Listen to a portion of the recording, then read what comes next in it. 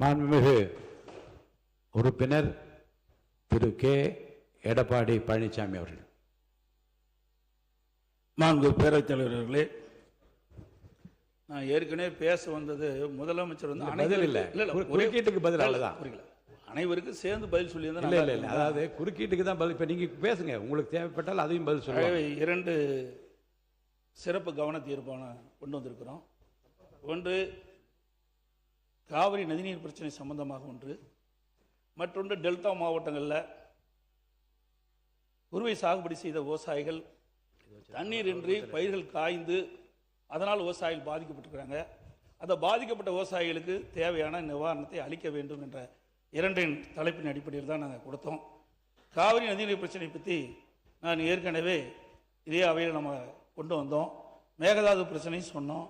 நடுவர் மன்றத்தை பற்றி இங்கே ஒரு கருத்தை, ஒரு தீர்மானத்தை கொண்டு வந்து நிறைவேற்றிருக்காங்க. அது வந்து நான் ஏற்கனவே தெளிவாக நான் சொன்னேன்.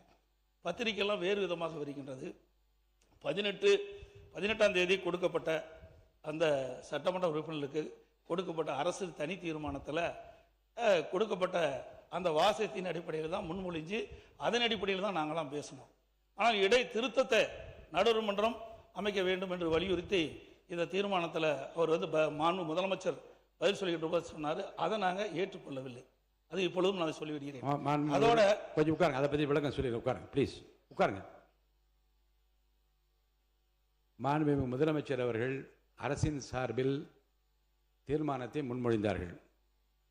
எதிர்க்கட்சி தலைவர் அவர்கள் கடிதம் மூலமாக அன்று காலையே இதில் ஒரு திருத்தத்தை ஏற்றுக்கொள்ளுமாறு ஒரு கடிதம் கொடுத்திருந்தார்கள். முறையாக அது ஆய்வு செய்யப்பட்டு அந்த திருத்தம் ஏற்றுக்கொள்ளப்பட்டு அவைக்கு மாண்புமிகு முதலமைச்சர் அவர்கள் வாக்கெடுப்புக்கு விடுப்பதற்கு முன்பாக நான் சொன்னேன், திருத்தப்பட்ட திருத்தத்தோடு இந்த தீர்மானம் வாக்கெடுப்புக்கு விடப்படுகிறது என்று சொன்னேன். உங்களுக்கு 3 வாய்ப்பு இருந்தது.